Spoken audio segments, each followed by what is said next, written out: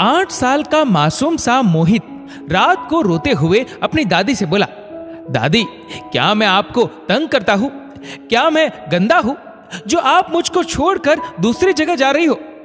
School से आने के बाद अब कौन मुझे घर में घुसते ही गले लगाएगा और प्यार से मुझको अपने हाथों से खाना खिलाएगा? मोहित दादी के गले लगते हुए बोला, बोलो ना दादी, आखिर आपने मम्मी पापा से दूसरी जगह जाने की बात क्यों कही? क्यों मानी आपने उनकी बात? दादी, मना कर दो ना प्लीज पापा को, बोल दो आपको नहीं जाना उस ओल्ड एज होम में। गीता देवी की आंखों से अपने पोते की ये दशा देखकर आंसुओं के बड़े बड़े मोती गिरने लगे। गीता देवी ये समझ नहीं पा रही थी कि अपने इस अबोध बच्चे को वह ये कैसे समझाए कि वह अपने इस लाडले से 1 मिनट भी दूर नहीं होना चाहती।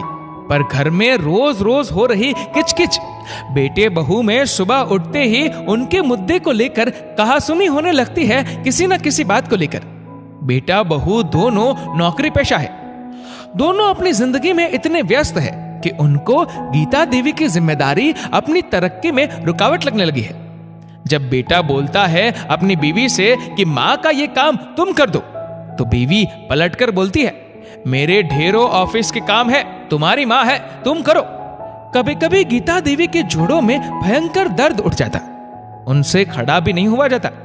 उस भयंकर दर्द में गीता देवी को खड़ा होने के लिए सहारे की जरूरत होती। गीता देवी जब दर्द से तड़पने लगती, तब उनकी बहू आकर उनकी मदद कम और उनके ऊपर बड़बड़ ज्यादा करती। मुझसे आपकी माँ की सेवा नहीं होगी और इनके लिए फुल टाइम मेड हम रख नहीं सकते, हमारे पास इतने पैसे नहीं है। बेटा बोला, तो क्या करूं, मैं भी सारा दिन ऑफिस में रहता हूं, शाम को थका हुआ आता हूं, फिर आते ही इनके काम में लग जाऊंगा क्या? बहू बोली, अच्छा तो मैं कौन सा ऑफिस से फ्रेश होकर आती हूँ, मैं भी अच्छी खासी थकी हुई होती हूँ। गीता जी की बहू सोफे पर बैठते हुए बोली, हे भगवान, इस आफत का हम क्या करें? थोड़ी देर चुप रहने के बाद बोली, सुनो, हम माँ को ओल्ड एज होम में शिफ्ट कर देते हैं, वहां माँ की अच्छे से केयर हो जाएगी। और वैसे भी माँ सारा दिन घर में अकेली रहती है, अपने जोड़ों के दर्द के कारण बाहर अपने हम उम्र के लोगों के पास भी नहीं बैठ पाती। वहां माँ को अच्छी देखभाल भी मिल जाएगी और अपने हम उम्र लोगों के साथ वह खुश भी रहेगी और हमारे सर से माँ की जिम्मेदारी का ये बोझ भी कम हो जाएगा। ऑफिस का काम मन लगाकर करेंगे और देखना, फिर थोड़े ही दिन में हम अपनी पोस्ट भी बढ़ा लेंगे। गीता देवी ने देखा, बहू की बात सुनकर उनके बेटे के चेहरे पर हल्की सी मुस्कान आ गई थी। गीता देवी जान चुकी थी अब इस घर में रहने का कोई अर्थ नहीं। वह अपने बेटे बहू की तरक्की का रास्ता रोके बैठी है।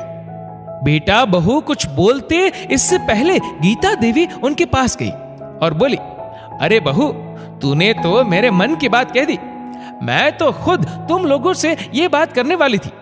मेरी सहेली भी वहां रहती है और वह बता रही थी वहां बहुत खुश है, अपने हम उम्र लोगों के साथ टाइम कैसे बीत जाता है पता ही नहीं चलता। तुम दोनों ऐसा करो, कल ही मुझको ओल्ड एज होम छोड़कर आ जाओ। ऐसा बोलकर गीता देवी अपने आंसुओं को रोकने की नाकाम कोशिश करते हुए अपने कमरे में आ गई। उधर बेटा बहू खुश हो रहे थे कि चलो, माँ भी यही चाहती है। इस सच से अनजान कि माँ ने यह फैसला अपने दिल पर पत्थर रखकर उनकी खुशी के लिए लिया है। वह तो न अपने पोते से और ना ही अपने बेटे बहू से 1 मिनट भी दूर होना चाहती थी, पर हालातों ने उनको यह फैसला लेने के लिए मजबूर कर दिया था। बोलो ना दादी, आप मेरे बिना रह लोगी क्या? मोहित की बात सुनकर दादी अपनी सोच से बाहर निकली। मोहित ने रो रो कर अपनी दोनों आंखें लाल कर ली थी। गीता देवी का दिल अंदर ही अंदर रो रहा था। मोहित अपनी दादी को कट्टी बोलकर अपने कमरे में चला गया। जब सुबह हुई तो मोहित ने देखा दादी तैयार हो चुकी थी और पापा बार बार मम्मी को बोल रहे थे, अरे प्रिया, माँ का बैग अच्छे से पैक कर देना, देखना कोई जरूरी सामान ना छूटे, हर सामान को अच्छे से चेक कर लेना, माँ को वहां किसी चीज की कोई कमी ना हो। प्रिया ने बैग पैक कर साइड में रख दिया। तभी मोहित उस बैग को खोलने लगता है और उसका सारा सामान बाहर निकालने लगता है और एक पेपर पर पेन से उस बैग में जो जो सामान रखा था उसकी लिस्ट बनाने लगता है। उसको ऐसा करते देख उसके मम्मी पापा दोनों गुस्सा हो जाते हैं और बोलते हैं, सारा सामान फैला दिया, क्या तरीका है, ये क्या कर रहे हो तुम? मोहित बोला, मम्मा आपको पता है मैं हर चीज लिख कर अपने पास रखता हूं ताकि मुझे याद रहे। मैं इस बैग के हर उस सामान की लिस्ट बना रहा हूं जो ओल्ड एज होम जाने के टाइम पर साथ में पैक किया जाता है, क्योंकि मम्मी पापा कल आप भी बूढ़े हो जाओगे।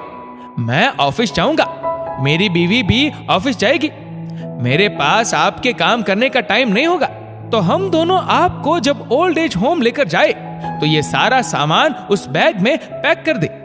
मुझसे कोई गलती ना हो इसलिए आपसे सीख रहा हूं। ये लिस्ट मैं मेरे पास रखूंगा ताकि कोई चीज भूल ना जाऊं, क्योंकि बुढ़ापा तो सबके आता है, आपके भी धीरे धीरे आ रहा है। मोहित के मम्मी पापा के मुंह पर जैसे किसी ने ताला लगा दिया था। जड़ से होकर वह एक दूसरे को देखने लगे। दोनों के हाथ पांव में कपकपी सी होने लगी। दोनों धम से सोफे पर बैठ गए और गीता देवी को टकटकी लगाकर देखने लगे। दोनों को गीता देवी की जगह अपनी जगह दिखाई देने लगी। दोनों ने एक दूसरे को देखा और मोहित से सामान का बैग लेकर उसको मां की अलमारी में अंदर उनके रूम में रखने चले गए। दोनों को समझ आ गया था कि अगर आज ये सामान का बैग यहां से निकल गया तो समझो एक दिन उनका बैग भी ऐसे ही तैयार होकर उनके साथ निकल जाएगा। मोहित अपनी दादी के आंसुओं को अपने छोटे छोटे हाथों से पोंछते हुए बोला, बूढ़े लोग ओल्ड एज होम में नहीं, अपने खुद के घर में अपनों के बीच में सबसे खुश रहते हैं दादी। आपका बोला गया झूठ आपकी रोती हुई आंखों से मैंने जान लिया था दादी। गीता देवी ने अपने पोते को कसकर गले से लगा लिया। सच कहा था उनके पोते ने। गीता देवी ओल्ड एज होम चली तो जरूर जाती, पर उनकी सांसें तो इसी घर में रहती। उधर मोहित के मम्मी पापा मां की देखभाल की जिम्मेदारी दोनों साथ में मिलकर करने की बातें बड़े प्यार से कर रहे थे। अब सब कुछ सही हो गया था। कभी भी जवानी की ताकत में ये मत भूले कि आप बुढ़ापे से बचे रहेंगे या आप बूढ़े नहीं होंगे। एक दिन बुढ़ापा आपको भी अपनी गिरफ्त में जकड़ लेगा। आपको भी किसी सहारे की जरूरत पड़ेगी, इसलिए किसी के बुढ़ापे का सहारा बनिए ताकि आपको भी आपके बुढ़ापे में सहारा मिल सके।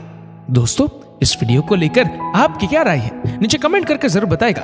और अगर आपको वीडियो अच्छा लगा हो तो इस वीडियो को लाइक करेगा, शेयर करेगा ज्यादा से ज्यादा लोगों तक। और ऐसी और भी इंस्पिरेशनल वीडियोस के लिए सब्सक्राइब करें हमारे यूट्यूब चैनल को और फेसबुक पर फॉलो करें हमारे पेज को। धन्यवाद।